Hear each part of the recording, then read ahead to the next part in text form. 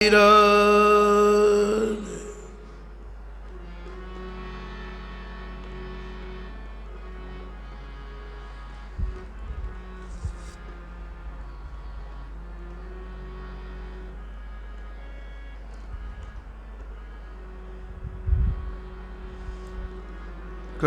कुटिल जीव निस्तार हित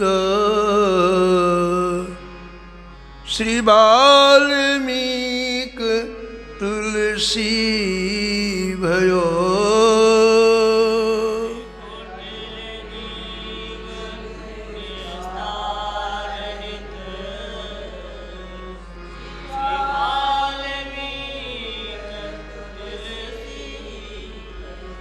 त्रेता काव्य निबंध करी शतकोटि रामायण।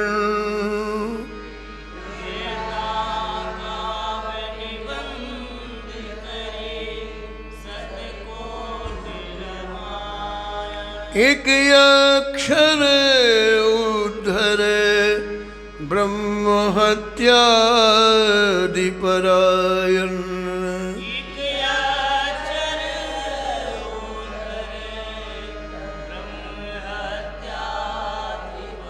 अब भक्तन सुख देन बहुर लीला विस्तारी।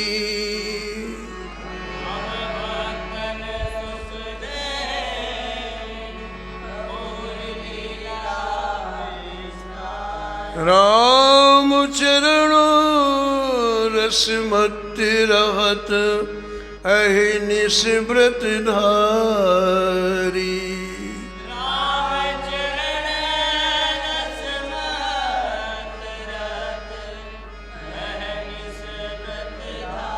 संसार अपार के पार को सुगम रूप नौकालियो।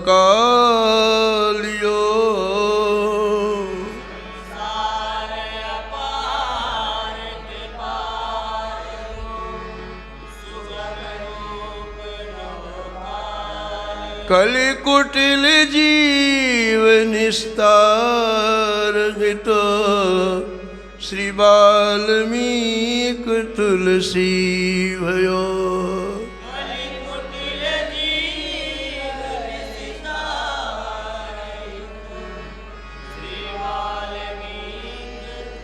श्री वाल्मीक तुलसी भयो।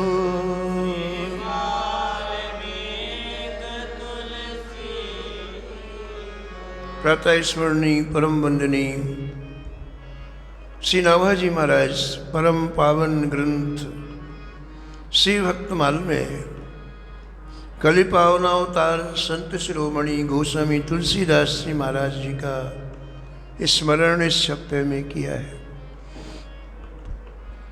और निष्कर्ष के रूप में कहते हैं कि आपने कलि के कुटिल जीवों का उद्धार किया। कुटिल का तात्पर्य है कि जो अपना उद्धार ना चाहे, जिसके हृदय में उद्धार की इच्छा ही नहीं है, जिसकी प्रत्येक क्रिया नारकीय है, उसके कर्म अलग हैं, उसकी वाणी अलग है, उसका चिंतन अलग है। तो जो चाहे ही नहीं अपनी कुटिलता को छोड़ना, जो चाहे ही नहीं भगवत धाम जाना, उसका उद्धार कैसे हो? जो चाहे उसका तो हो सकता है, लेकिन जो चाहे ही नहीं उसका कैसे हो सकता है? ऐसे कुटिल जीवों का भी आपने किसी न किसी युक्ति के द्वारा भगवत धाम की यात्रा कराई, ऐसा नाभाजी महाराज कहते हैं। पूज्य महाराज जी श्री मथुरा जी महाराज कहते थे कि किसी बैल के पैर में कीड़े पड़ गए, घाव हो गया, कीड़े पड़ गए।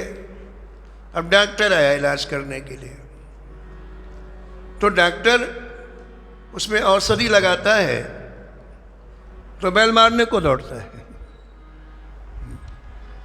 अब उसके मारने को यदि डर जाए डॉक्टर तो उसका कभी इलाज नहीं कर सकता है। वो डॉक्टर को ही मारने को दौड़ता जो इलाज करने आया है, लेकिन उसकी परवाह ना करते हुए उसके घाव में दवाई लगाता है, उसके कीड़े निकालता है, पट्टी बांधता है और आखिर उसको स्वस्थ कर देता है। ऐसे ये संत हैं।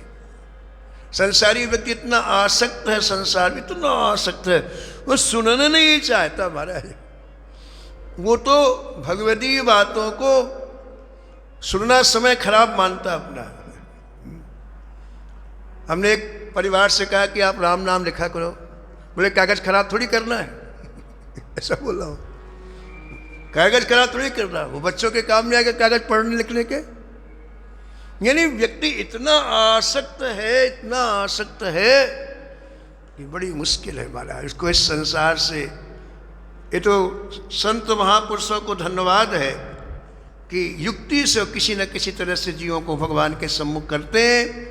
तो उन्हीं में आपने श्रवण किया कि उन विमुख ब्राह्मणों को जो कभी भगवान नाम नहीं लेते थे और एक मृत व्यक्ति को जीवित कर दिया, वो स्वामी तुलसीदास जी ने इस शर्त पर कि आप सभी लोग भजन करोगे, और लाखों लाखों लोग भजन करने लग गए।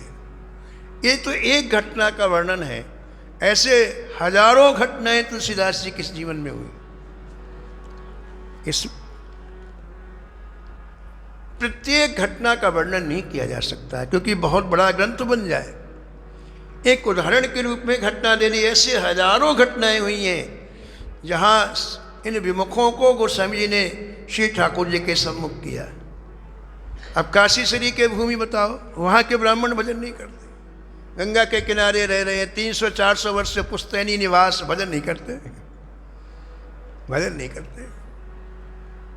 ऐसे लोगों का भी गोस्वामी जी ने हृदय परिवर्तन किया। नंदीश्वर भगवान ने आपके कहने से दिन में प्रसाद पाया, लाखों लाखों लोग भजन करने लग गए। इस तरह से गोस्वामी जी अब हिंदुओं के भय को दूर करने के लिए, उस समय मुसलमानी शासन था और मुसलमान लोग इतना ज़्यादा हिंदुओं को परेशान कर रहे थे पूछो मत, उनको अभय प्रदान करने के लिए गोस्वामी जी ने दिल्ली की यात्रा की।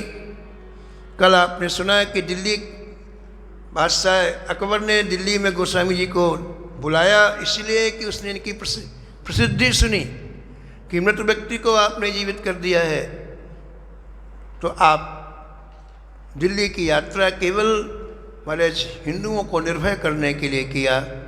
तो आपने नौका के द्वारा काशी से दिल्ली के लिए प्रस्थान किया। कल आपने सुना कि हमारे इस भारत भूमि में अनेकानेक गृहस्थ जीवन में भी, राज परिवार में भी रहते हुए भक्ति से परिपूर्ण हृदय के लोग विराजमान हैं।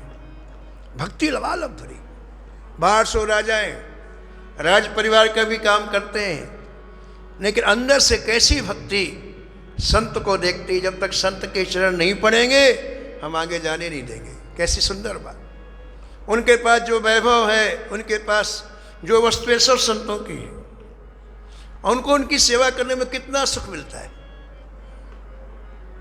श्री राधा वल्लभ लाल जी के उपासक थे वो राजा, और गोस्वामी तुलसीदास जी को ले जा करके ऐसा ऐसा सुख लूटा महाराज। गोस्वामी जी को भी बड़ा आश्चर्य हुआ कि देखो हैं पृथ्वी में कहाँ कहाँ संत किस किस रूप में है, कोई वो वेश बदल के ही संत हो ऐसा नहीं है, सभी वेशों में संत रहते हैं, सभी योनियों में संत रहते हैं। तो आपने वहाँ से जाते समय उस राजा को वरदान दिया गोस्वामी तुलसीदास जी ने कि श्री राधा वल्लभ लाल जी के चरणों में तुम्हारी दृढ़ निष्ठा दिन दूनी रात चौगुनी बढ़ती रहे। नित्य नव प्रीत,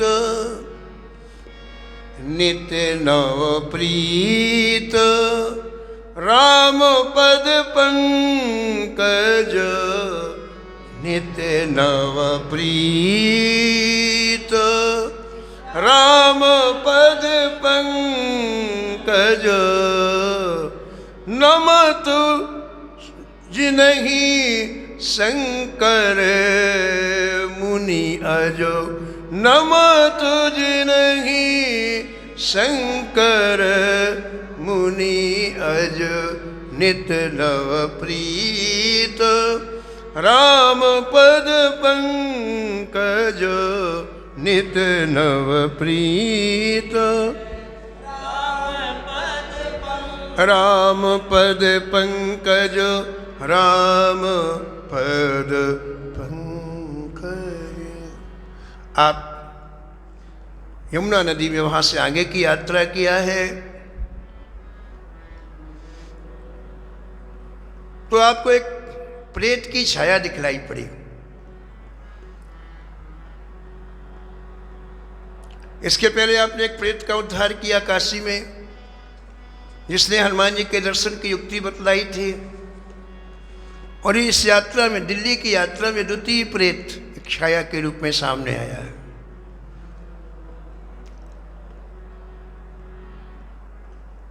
आपने उसे देख करके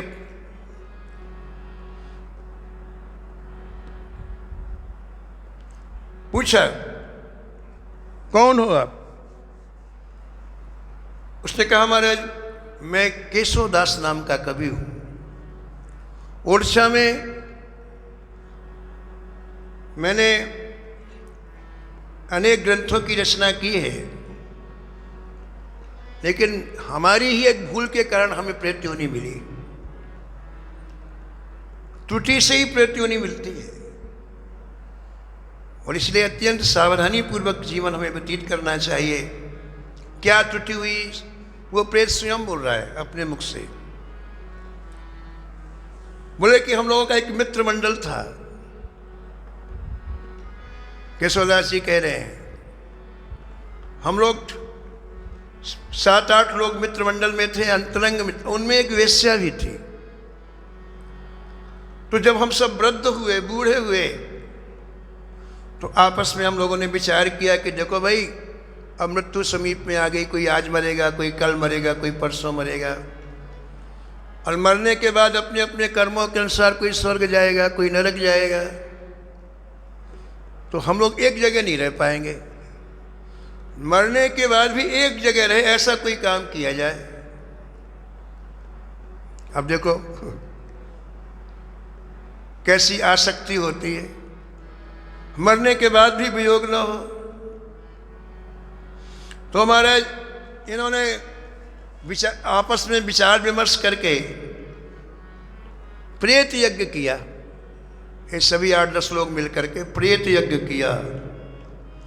और उस प्रेत यज्ञ में जब भयंकर अग्नि प्रज्वलित हो गई तो सब के सब कूद पड़े कि मर करके प्रेत बने। अब देखो कैसी बुद्धि खराब होती है।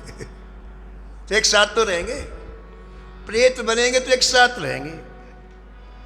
प्रेत यज्ञ किया और महाराज उस कुंड में एक एक करके सबने छलांग लगा दी।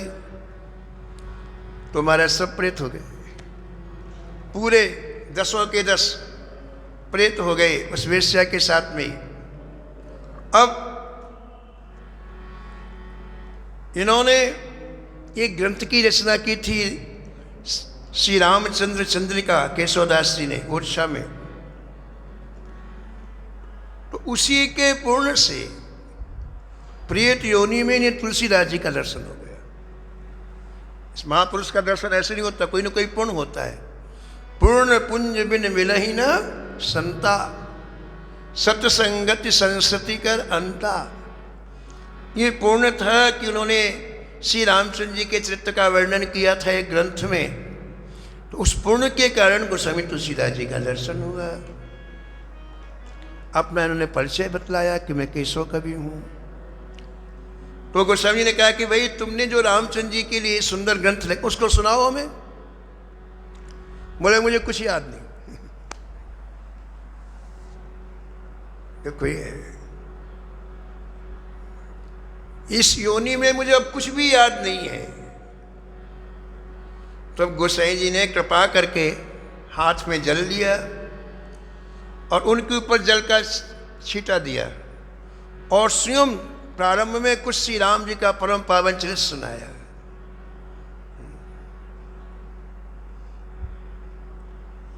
बंदौ नाम राम रघुबर को, बंदौ नाम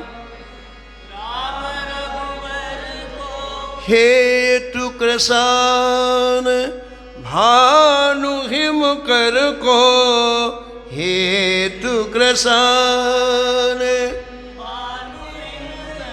विधि हरि हर में वेद प्राण सो,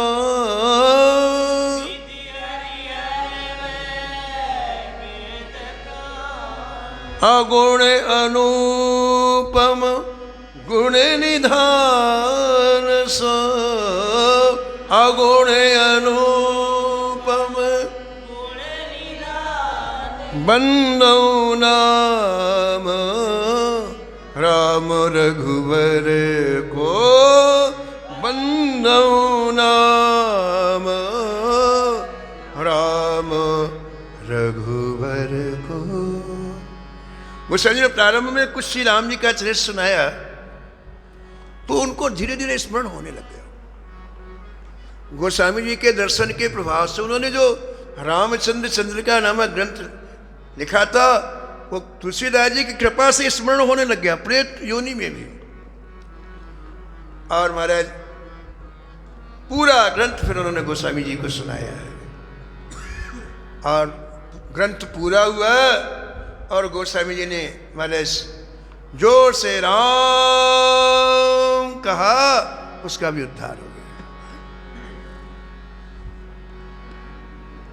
पाई न कहीं गति पतित पावन, पाई न कहीं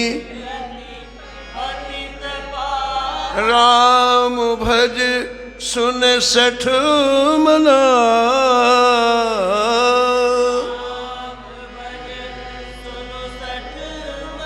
गणिकाय जामिल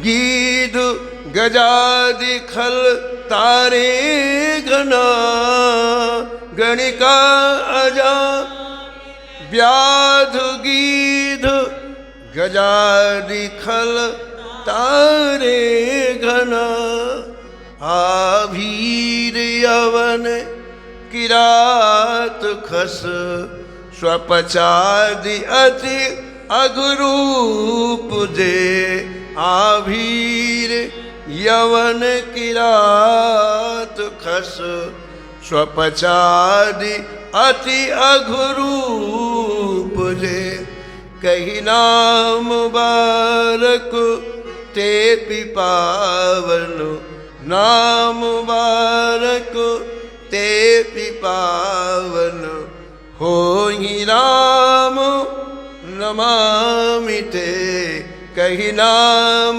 बारक ते पिपावन, हो ही राम नमामि ते। ये बड़े बड़े पाप के जहाज केवल एक बार राम नाम सुनने से या लेने से दिव्य धाम में निवास कर रहे हैं। वो सब जी ने प्रेत का उद्धार किया है, किशोरदास जी का उद्धार किया है और वहां से आगे चले। संतों का एक ही काम है, लोगों के दुखों को बांटना। जो दुख में डूबे हैं उनके दुख कैसे कम हो, उनके दुख में हम कैसे सहायक बने। सुख को बांटने वाले तो कई हैं, लेकिन दुख को बांटने वाला कोई नहीं है। या तो ठाकुर है या संत है। दुख बांटना चाहिए, दुखी व्यक्ति के प्रति संवेदना होनी चाहिए, दुख में सहायक होना चाहिए। संत यही करते हैं। इनकी तीर्थ यात्रा का उद्देश्य घूमना नहीं है, अन्य कोई प्रयोजन नहीं है। वहां जा जा करके उनके कष्टों को दूर करना। महाराज ने इस विश्व भूमि में कितने लोग कहां कहां दुखी हैं, कुछ पता है क्या? हर कोई वृंदावन आ सकता है क्या? हर कोई अयोध्या आ सकता है क्या? हर कोई प्रयागराज जा सकता है क्या? हरिद्वार नहीं जा सकता। एक तो उनके पास कोई ऐसी व्यवस्था नहीं कहीं आने जाने की। दूसरा, उनका मन ही नहीं है, सबसे बड़ी बात तो है। अंतःकरण में संस्कार ही नहीं है, उस परिधि से वो बाहर जाने नहीं चाहते। ऐसे लोगों के पास संत जाते हैं, वहां जाके उनके दुख को सुनते हैं और सुनने के बाद उनके दुख को दूर करते हैं। इसलिए लोग हमारे इतनी बड़ी भारत की यात्रा करते हैं, जगह जगह जाते हैं। वहां से आगे चले गोस्वामी तुलसीदास जी,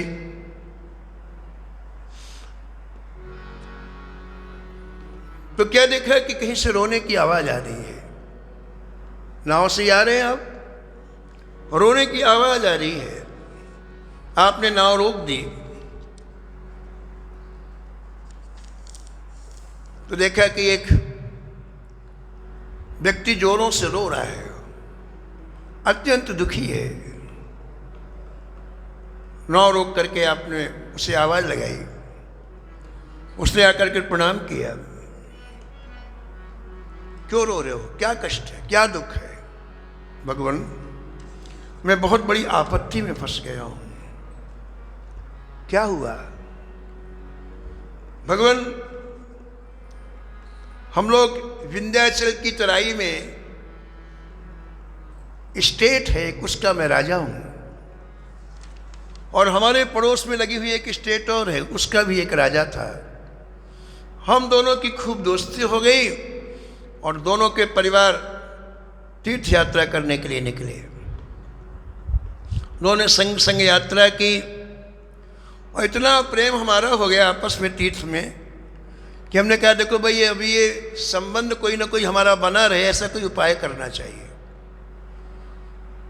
तो पहले वाले राजा ने कहा कि एक काम करते, यदि मेरे पुत्र होगा और तुम्हारे पुत्री हो तो मैं अपने पुत्र का विवाह तुम्हारे यहाँ करूँगा, जिससे हमारा संबंध बना रहे। दूसरे ने कहा यदि मेरे यहाँ पुत्र होगा और तुम्हारे यहाँ पुत्री होगी तो मैं विवाह करूँगा, संबंध में। दोनों राजी हो गए। तीर्थ यात्रा करके वापस आए तो संयोग कुछ दिन के बाद एक राजा के यहाँ कन्या हुई। अब दूसरे के यहाँ पुत्र हो तभी तो संबंध होगा, लेकिन दूसरे के यहाँ भी कन्या ही हुई। और जब कन्या हुई तो उसने सोचा क्या करना चाहिए। उसने कहा कि बात को छिपा देना चाहिए, कन्या को पुत्र के रूप में प्रसिद्धि करा देना चाहिए। तो जिनको पता था उनको तो पैसे से दे करके उनका मुख चुप करा दिया, और बाकी उस राजा को संदेशा भेजा कि मेरे यहाँ पुत्र हुआ है। धीरे धीरे महाराज उसकी आयु बढ़ने लग गई, और जब वो विवाह के लायक हुई तो विवाह का मुहूर्त निकाला गया। यहाँ से बारात सज करके गई, महाराज विवाह हुआ, विदाई होकर के वापस आई। वो कन्या इसके साथ विवाह को वापस आई। अब यहाँ आने के बाद अब उस कन्या को पता चला कि ये भी कन्या है। अब उसको अत्यंत कष्ट हुआ। उसने पिताजी को तुरंत सूचना दी कि मुझे धोखा दिया गया है। अब तो महाराज कन्या का पिता बड़ा प्रभावी था, शक्तिशाली भी था। मुझसे बड़ा क्रोध आया कि मित्र होकर के मुझे धोखा दिया। तो महाराज सबसे पहले तो कन्या को अपने राज्य में बुला लिया और इसके बाद चढ़ाई की उसके यहाँ, राजा के यहाँ। पूरा राज्य अपने अधिकार में कर लिया। आधी रात में राजा भाग करके जंगल में गया और परिवार से जंगल में, वन में डर के मारे छिप कर रहता है। आज कई दिनों के बाद महाराज एक संत का दर्शन उसे हुआ, तो देख करके वो जोर जोर से रो रहा था और अपनी व्यथा गोस्वामी तुलसीदास जी को सुना रहा था।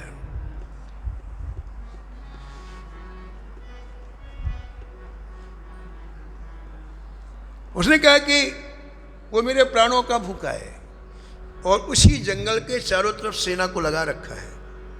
मैं जंगल से कहीं निकलूंगा मार देगा उसे, मुझे। इसलिए महाराज मेरी रक्षा करो, आप मेरे ऊपर आप कृपा करो। तो कन्या भी साथ में थी राजा के, जिसको उसने पुरुष के रूप में घोषित किया था। अब देखो संतों को कितनी करुणा होती है, दया होती है। गोस्वामी ने कहा ठीक है भाई, कुछ दिन बाद चले जाएंगे दिल्ली।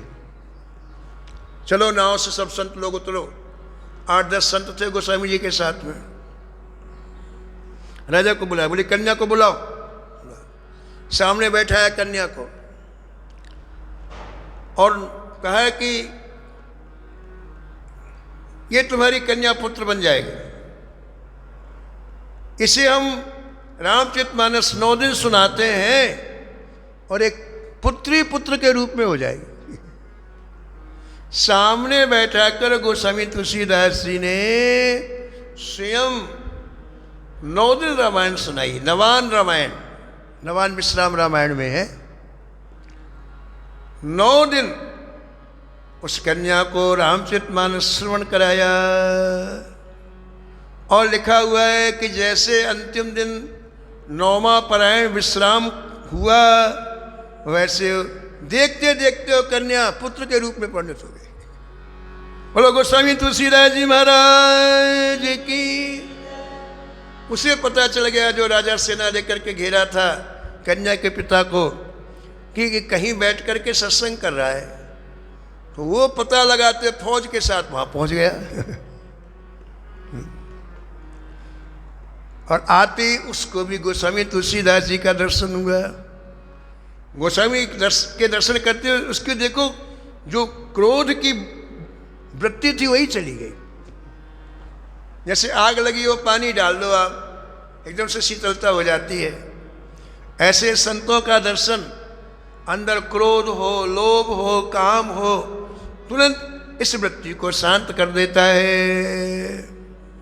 तो तुलसीदास जी का उसने दर्शन किया तो उसके अंदर जो द्वेष था वो समाप्त हो गया, क्रोध था समाप्त हो गया। उसने भी अपना परिचय दिया और ये भी कहा कि महाराज मैं इनसे, इस राजा को इसलिए दंड देना चाहता था, इसने धोखा दिया। बोले कहाँ धोखा दिया, देखो पुत्र तो है। दोनों की मैत्री करा दी और महाराज कन्या को और उसको दोनों को गोस्वामी जी ने आशीर्वाद दिया और दोनों के दोनों महाराज अपने अपने राज्य में जाकर के सुखी हो गए। ये संतों का काम।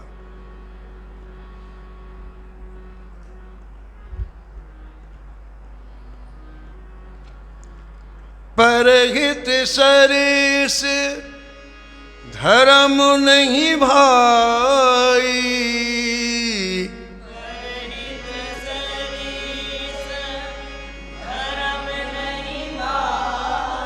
पर पीड़ा सम नहीं अगमाई।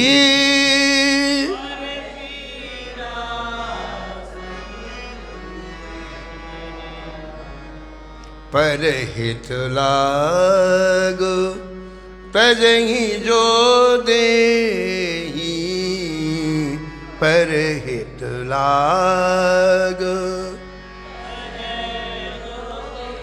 संतत संत प्रशंसिते ही।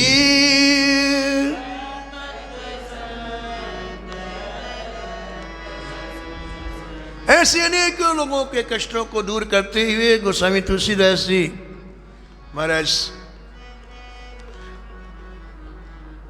दिल्ली की परम पावन भूमि पर पहुंचे।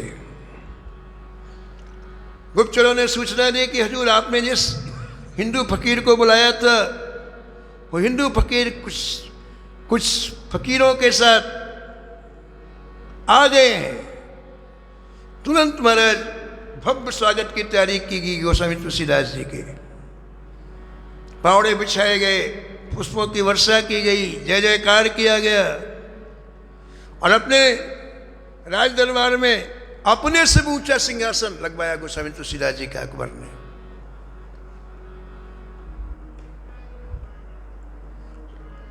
गोस्वामी जी का षोडशोपचार पूजन कराया गया, आरती की गई। बादशाह विनम्रता पूर्वक सामने हाथ जोड़े खड़ा हुआ है और कहा महाराज मैंने बहुत कुछ सुना आपके बारे में। मैंने सुना कि आपने एक मरे हुए व्यक्ति को जीवित कर दिया। अरे छोड़िए, अभी अभी मैंने सुना अपने गुप्तचरों से कि एक नारी को आपने नर बना दिया। महाराज मैं बड़ा भाग्यशाली हूं कि आपका दर्शन कर रहा हूं, इतने पहुंचे हुए महात्मा हैं आप, तो कोई ना कोई करामात मुझे भी दिखा दीजिए। आप नई नई करामातें दिखाते हैं, तो कोई ना कोई करामात मुझे भी दिखा दीजिए। संत कोई करामात नहीं दिखाते हैं, कोई चमत्कार नहीं दिखाते हैं। जहां लोग प्रवचन की भाषा नहीं समझ सकते, जहां लोग मंदिर में जाना पसंद नहीं करते, जहां लोग महापुरुषों का आदर नहीं कर, ऐसे लोगों का उद्धार करने के लिए चमत्कार दिखाते हैं। उनको यही प्रवचन है, यही सब कुछ है। तुरंत बुद्धि, अरे भाई ओहो माने हुए है। तो उनका उद्देश्य चमत्कार दिखा करके कोई धन अर्जन करना नहीं है, संसार की वस्तु या यश मान प्रतिष्ठा ही नहीं है। विमुक्ता से सम्मुक्ता मिलाना है। कैसे भी करके इनके जीवन में भगवदीयता का प्रवेश हो, इसलिए कहीं कहीं संत ऐसा करते, जैसे अभी आपने सुना कि ऐसा करके लाखों विमुखों को ठाकुर जी के सम्मुख कर दिया, काशी के ब्राह्मणों को ठाकुर जी के सम्मुख कर दिया। लेकिन ये जो ऊंचे पद पर होते हैं, राजा होते हैं, बादशाह होते हैं, इसको करामात कहते हैं। जैसे कोई जादू दिखा दे, ये कहते हैं। तो इसका उद्देश्य था कि जादू दिखाओ हमको भी कोई। जैसे मदारी होता ना, बंदर को नचाता है, ऐसे कोई जादू दिखाओ, जादू। इसलिए गोस्वामी जी को बात पसंद नहीं है। बड़ी हल्की बात है। संत से कहे कि तुम कोई करिश्मा दिखाओ, कितनी हल्की बात है। इसलिए बोले संत का सत्संग करना नहीं आता सबको। संत के पास जाने के बाद उनके समय की कद्र करना चाहिए। उनका समय बड़ा मूल्यवान है। वो भजन छोड़ करके आपसे बात कर रहे हैं, भजन छोड़ करके आपको समय दे रहे हैं, तो उसी स्तर की बात पूछो आप, जो संसार से उठी हुई हो। संसारी बात पूछ करके उनके समय को आप व्यर्थ में खोते हैं। उस स्तर की बात पूछो आप, ये सही सत्संग है।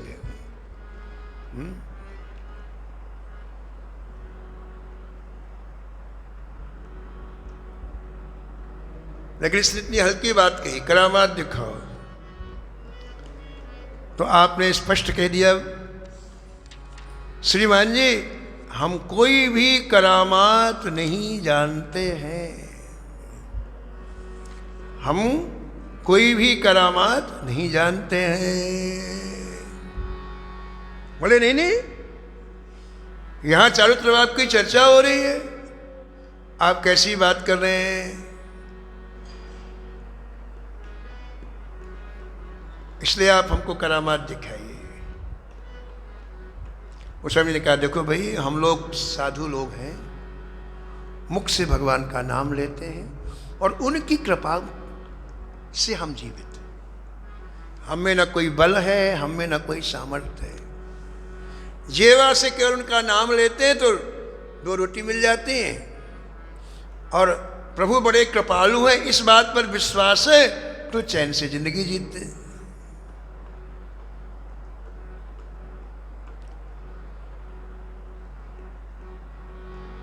है तुलसी परतीत एक, प्रभु मूर्ति कृपामयी है तुलसी परतीत एक, प्रभु मूर्ति कृपामयी है। सकल अंग पद विमुखो,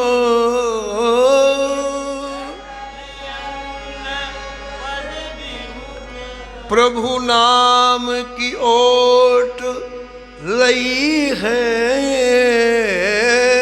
प्रभु नाम की नाम की ओट लई है। हाँ जी, नाम की ओट लई है, लई है। वो समझने तो यथार्थ बात कह दी जो थी, लेकिन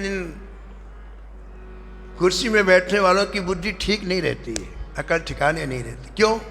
मद में डूबे रहते ना, मैं बादशाह हूं, मैं राजा हूं। इसलिए अपने से किसी को श्रेष्ठ समझते ही नहीं है। वो है कि नहीं ये नहीं, अहंकार मद उन्हें निरंतर जकड़ के रखता है। तो बादशाह क्या लगा कि मेरी आज्ञा की अवज्ञा कर रहा है। मैंने 10 बार कहा है कि मुझे कोई ना कोई चमत्कार दिखाओ, विनम्रता पूर्वक कहा, हाथ जोड़ के कहा, लेकिन हर बार नहीं नहीं नहीं, इसको पता नहीं मैं कौन हूं। ये है देखो,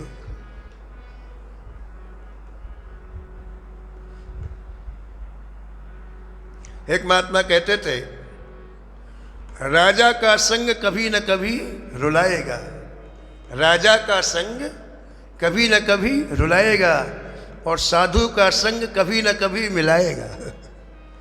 साधु का संग कभी न कभी मिलाएगा। इन राजाओं के संग में रहेंगे तो कभी न कभी महाराज रोना पड़ेगा, क्योंकि अहंकार से पूरी तरह से ग्रसित रहते हैं। और संतों के संग में रहें तो कभी न कभी ठाकुर जी जरूर मिलेंगे। इसलिए देखो, अभी इतना सम्मान पूर्वक बुलवाया, बग्घियाँ भेजी, खूब वस्तुएं भेजी हैं, अपने मंत्रियों को भेजा, इतने महाराज पावड़े बिछवाए, अपने से ऊंचे सिंहासन में बैठाया, और देखो 2 मिनट में इसकी भाषा बदल गई। वो जानते नहीं हो मैं बादशाह हूं, कान खोल के सुन लो, या तो चमत्कार दिखाओ, नहीं जेल में जाने को तैयार हो जाओ।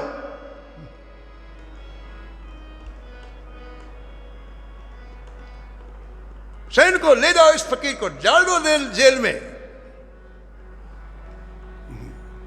महाराज 2 मिनट में सैनिकों ने हाथ पकड़ा गोस्वामी जी का और जेल में डाल दिया। देखता हूं तेरा राम कैसा, ऐसा भी बोला अकबर। देखे राम कैसो, देखते तेरा राम क्या है।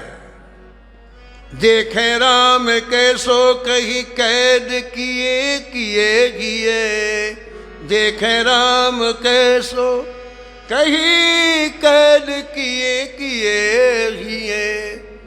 हूजिए कृपाल हनुमान जू दयाल है, हूजिए कृपाल हनुमान जू दयाल है, हनुमान जू दयाल। गोस्वामी जी जेल के अंदर चले गए, ताला लगा दिया गया। तो गोस्वामी जी को तो और कोई दिक्कत नहीं, लेकिन ठाकुर जी की सेवा कैसे होगी यहाँ जेल में? और कोई दिक्कत नहीं, कहीं भी रहे उनके ठाकुर जी साथ में, लेकिन सेवा कैसे होगी? तो ऐसे संकट के समय गोस्वामी जी को श्री हनुमान जी की याद आई। को नहीं जानत है जग में, कपि संकट मोचन नाम तिहारो। को नहीं जानत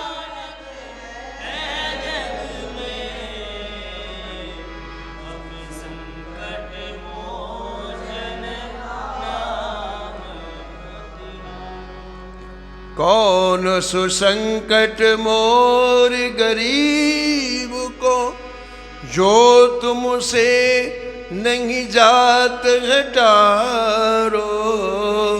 कौन सा संकट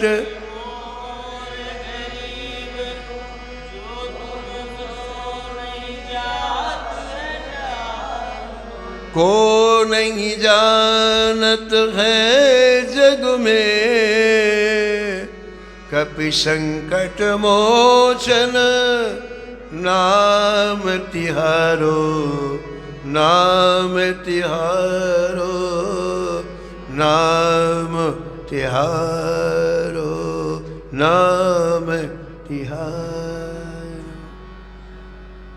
हनुमान जी का स्मरण किया।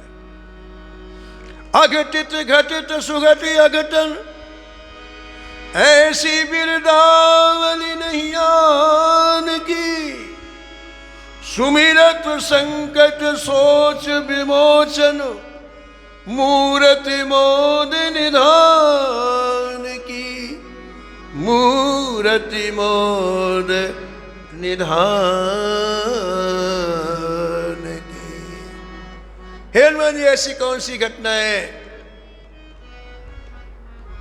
जो घटना आपके सम्मुख स्थिर रह पाए, जो कभी सृष्टि में नहीं हुआ, वो कर दिखाने की सामर्थ्य आप में है। बसे को उजाड़ दे, उजड़े को बसा दे आप, ऐसी सामर्थ्य किसी में नहीं है। आपके नाम का स्मरण करते ही सोच और संकट को सोच संकट पड़ जाता, हमारा क्या होगा।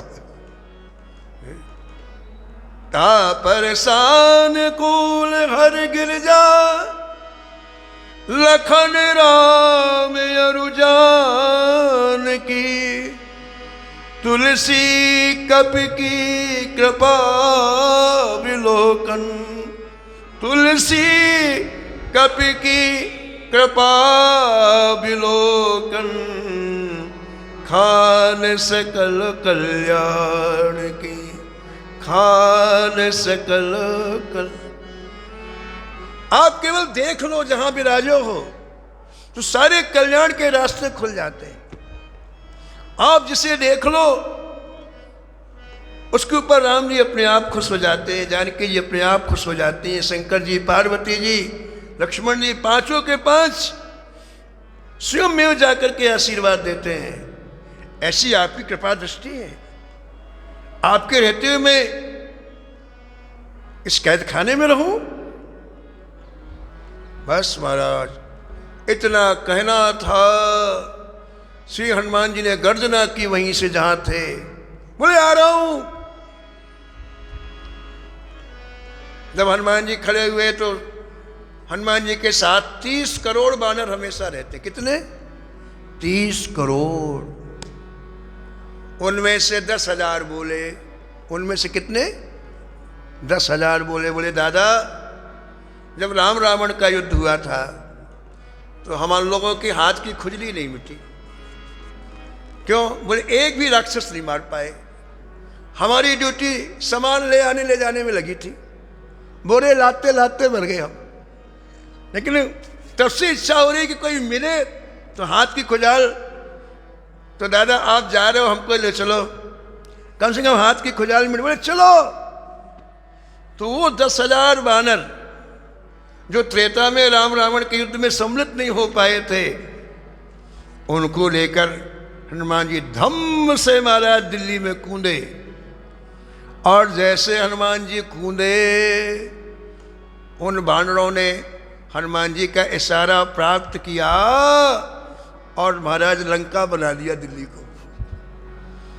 महाराज जो मिलता उठा के पटक देते, जो मिलता महाराज उसको ऐसा नाच नचाते पूछो मत। चारों तरफ हाहाकार मच गया। सुन सुन करके केवल मुसलमानों को, हिंदुओं को नहीं सताते थे। खूब पिटाई की। बेगम को पट फारो, बेगम को पट फारो, मगन भई नगन भई सब बाम, हाहाकार मचो मगल, पट को न पही धड़ा। अकबर ने कहा तोप चलाओ। तोप वालों ने कहा भैया हमें अपने प्राण बचाना है, हम भाग रहे हैं। तोपें बंद हो गई हैं। मार मार के हलवा बना दिया है, बोलने की ताकत नहीं है, तुम भी भागो नहीं मर जाओगे। तब तक बंदरों का समूह महाराज बादशाह के कक्ष में घुसा, पलंग के सहित उठाया, पहले घुमाया और धड़ाम से नीचे महाराज। आंखें निकल आई बादशाह की, भागो वहां से। महाराज रास्ते में कुछ फकीर मिल गए। क्या हुआ? बोले फकीर साहब बताओ प्राण कैसे बचे। बोले देखो भैया कोई उपाय कर लो, इनके सामने तुम्हारी कुछ चलने वाली नहीं है। आज तो सबको समाप्त करके ही जाएंगे, निश्चय करके आए। अरे महाराज कैसे बताओ प्राण बच जाए। बोले एक ही उपाय है, जिस तुलसीदास जी का तुमने अपमान किया है यदि वो क्षमा कर दे तब तो तुम्हारे प्राण बच सकते हैं। नहीं बस गिनती गिन लो, 1 2 3 4 5 ना, जहां 10 आया तहां गए समाप्त। अब उसके पता चला कि ये क्यों उत्पात हो रहा है। महाराज अंडरग्राउंड रास्ते से गया जेल में और गोस्वामी जी के पास जाकर जोर जोर से रोना प्रारंभ कर दिया। अपना मुकुट रख दिया गोस्वामी जी के चरणों में बादशाह का और कहा महाराज प्राण की भीख मांगने आया हूँ, एक बार मुझे आप क्षमा कर दो, फिर कभी ऐसी गलती नहीं करूँगा। कान पकड़ रहा है, नाक रगड़ रहा है तुलसीदास जी के चरणों में। आए पाए लिए तुम दिए हम प्राण पावे, आए पाए लिए तुम दिए हम प्राण पावे, आप समझावे करामात नेक लीजिए, आप समझावे करामात नेक लीजिए। गोस्वामी ने कहा भी तो करामात चालू हुआ है, देखो करामात, जादू देखो, चमत्कार देखो। महाराज दहाड़ मार मार के लोगों बोल बोल बोल पूरा देख लिया महाराज, आप तो कृपा करो दया करो। तो फिर दया आ गई गोस्वामी जी को रोते हुए देख करके। तो गोस्वामी ने कहा ठीक है देखो भाई, इस किले में हनुमान जी का कब्जा हो गया है, अरे अब तुम नहीं रह सकते हो, इस किले को छोड़ के अभी जाओ यहां से, दूसरे का अपना किला बनवाओ, तभी तुम्हारे प्राण बच सकते हैं। महाराज उसी समय श्री तुलसीदास जी का इशारा पाते ही सब उत्पात बंद हो गया, सब बंद हो गया। और हनुमान जी ने कहा बाबा तुमने हमें कथा तो सुनाई नहीं, हम तो कथा के प्रेमी हैं, काम तो तुम्हारा हो ही गया, काम करने वाले अलग है, हमें तो केवल कथा सुननी है। हनुमान जी के लायक थे ही नहीं, हनुमान जी के लायक थे ही नहीं, एक मच्छर थे, इसलिए बंदरों से कहा, हनुमान जी ने हाथ नहीं लगाया। उन्होंने कहा देखो बाबा काम तुम्हारा उधर हो रहा है, करीब करीब हो चुका है, जब तक तो हमें कोई बढ़िया सी ठाकुर जी की कथा सुना दो। हनुमान जी बैठे और गोस्वामी जी ने महाराज बड़ी प्यारी श्री ठाकुर जी की परम पावन कथा सुनाना प्रारंभ किया। अब श्री राम कथा अति पावन, अब श्री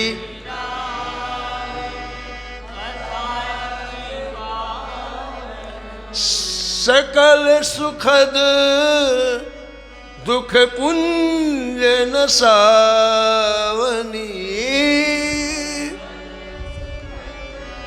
दुख पुंज न सावनी, अब श्री राम कथा अति पावनी, अब श्री राम सदा सुखद दुख पुंज न सावनी।